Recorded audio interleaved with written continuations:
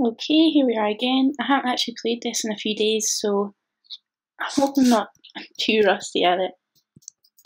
Oh, oh no, that's not a good way to start off then. Guardian angels up above, bless this house with lots of love. Unlock from the inside. Okay, I know where we are now.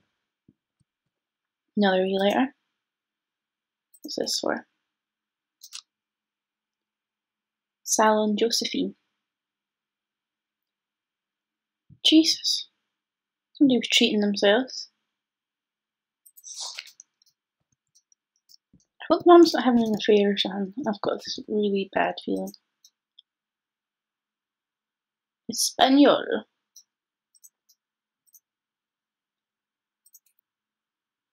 Dear Head Conservationalist Greenbrier, due to your exemplary management of the Flintstone prescribed burn operation last year and the service's need for experienced personnel to direct regional operations, we'd like to offer you the position of Regional Conservation Management Director, responsible for operations throughout the Northwest and Oregon. Your assistance would be sought to fill your previous position, blah, blah, blah, blah, blah. Oh wait, here we go. It's closer to home. Should be more convenient for your daily commute. Because she was having to drive like over an hour. So that's worked out quite well for her.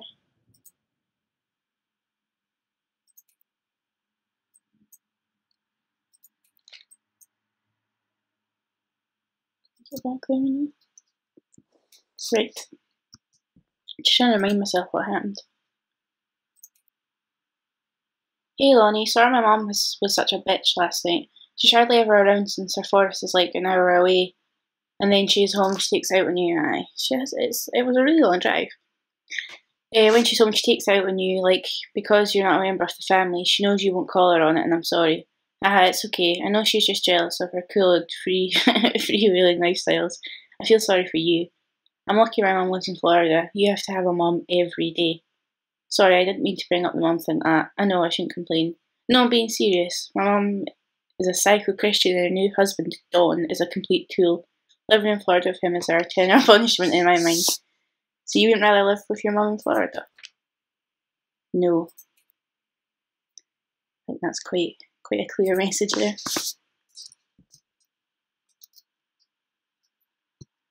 So I wonder if she knows that Lonnie is okay then, the mum. Can I put this up?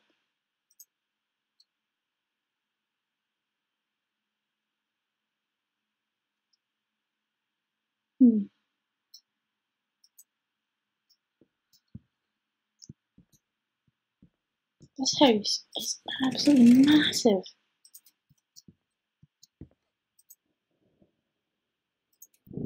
Sam, this skull was the coolest thing I found in Mexico, and it was like $3 American. I love it. Merry Christmas, miss you, Lonnie. Treasure always. So that's the skull that's out in the living room. So she's put it out on display. No, she shouldn't have to hide it.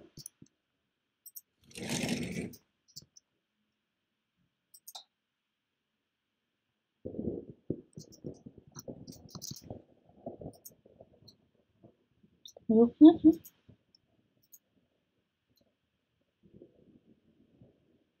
Really are finding more and more about the mum on this side of the house, I'm noticing. Hi Jan, I got 2 tickets for EWA. Oh, that's the tickets I'll be found. Earth, Wind and Fire. But my girlfriend says she doesn't want to go. Her taste in music rears its ugly head again. I'm complaining about his relationship to somebody who's married. So that leaves me for an extra ticket I thought you might be interested in. More fun than clearing brush in the freezing rain, right? Rick, I don't like your angle.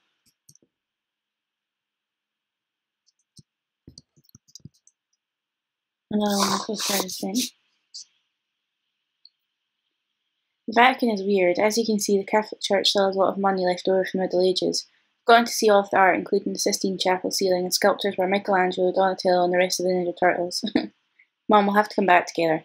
I'd love to be here with someone who really appreciates the history behind everything.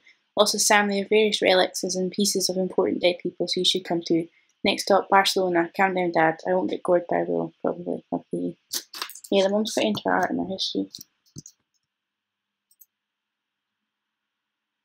It's just a bloody treasure trove here. Sam, since you refused to hear us out this afternoon, your mother and I are putting this in writing so we're absolutely clear. You're grounded for the rest of the month from social and telephone privileges and from using your car for anything but going to and from school. We understand what you're going through, but we can't allow you to continue this type of behaviour at school. And clearly, once your privileges are reinstated, we can't allow you to have your bedroom door closed while Lonnie is at the house. Oh. This is the last word in the matter. Get back in course, this won't have to happen again, Dad. What keys?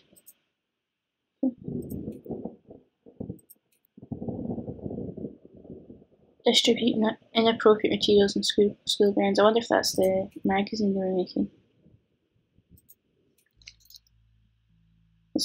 I had an interesting talk with Mom and Dad tonight.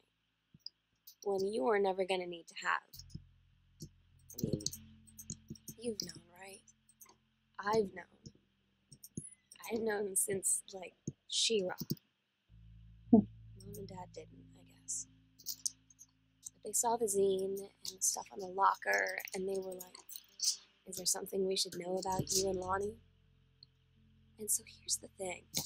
I was prepared for them to be mad, or disappointed, or start crying, or something. But they were just in denial. You're too young to know what you want. You and Lonnie are just good friends. You just haven't met the right boy.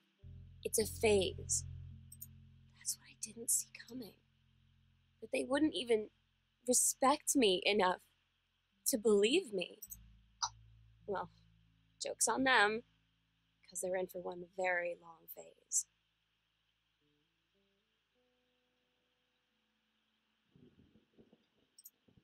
I'm going down the route of denial. Okay, so here's another letter from Carol, who, always puts love hearts. Carol, maybe your delays been swirling in the team. First off, congratulations! Janice Greenbarrett, the regional director, and I say congratulations because, come on, you're going to take the job, right? What are you waiting for? An engraved invitation? Call him back. But in the meantime, let's discuss this little outing you had with our favourite flannel clad hunk. Jesus. I'm going to start this again. This can be right. First off, congratulations, Janice Greenbar, Regional Director, and I say congratulations because, come on, you're going to take the job, right? What are you waiting for? An engraved invitation? Call them back. But in the meantime, let's discuss this little outing you had with our favourite flannel-clad hunk. What a blast. But you sound like you're reading a lot into an innocent night out. You sure there's something there? You said he has an out-of-town girlfriend. You sure they're not serious? Okay, so we have to figure out when we'll see each other next in person. Enough with the letters. I really congratulatory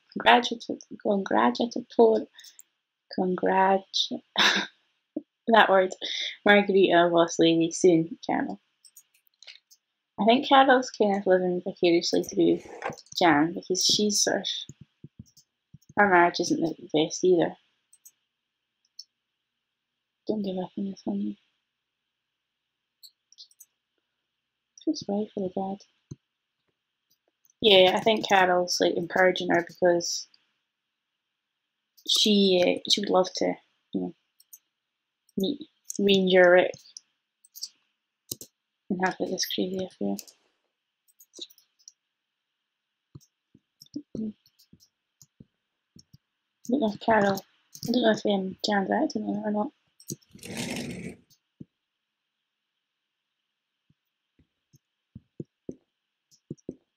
I hope she's not.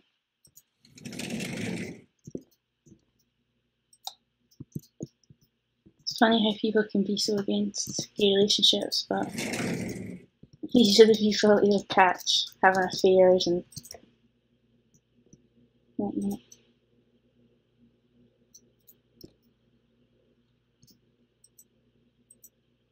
Oops.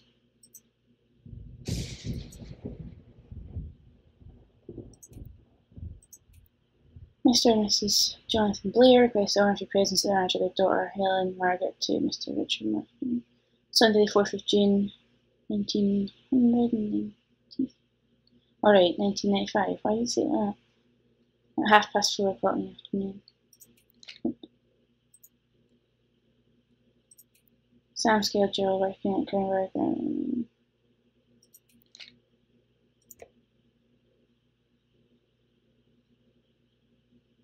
I don't know why I'm looking at food. I'm clearly not going to have anything.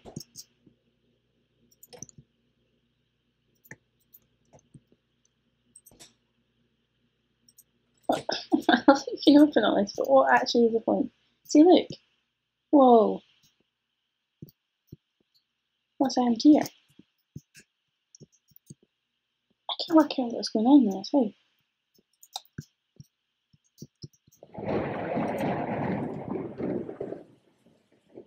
Oh, that's her. She's accepted the job. So Jen accepted a new job, it looks like. Carol, would you please?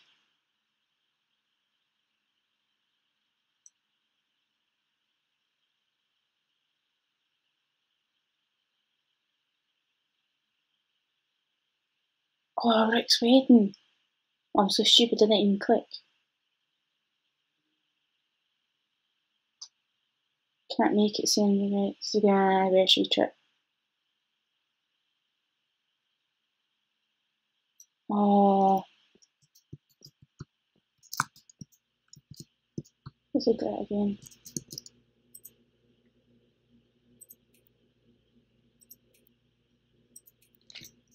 So they didn't go. They went on an anniversary trip instead. Samantha and, I don't know if that's Daniel or Danielle. Samantha and Daniel were in the woods one day. It was sunny and they were on it. Wait, why is this moving?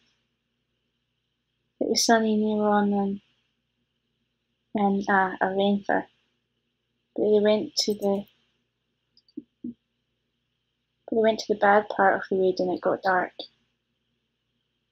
Daniel said, "Are you scarred?"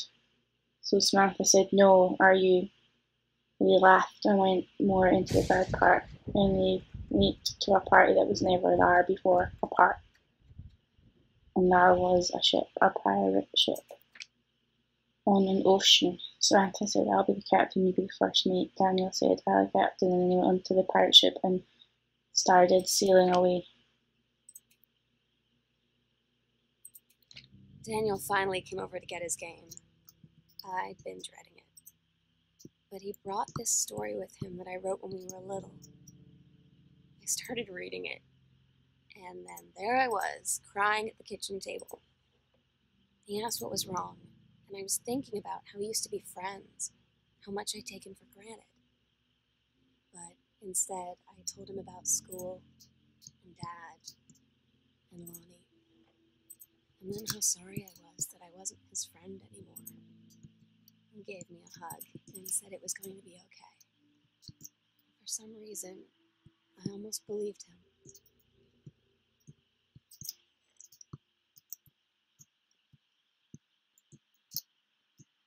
Daniel doesn't really sound like a bad person. She's just kind of abandoned all of it.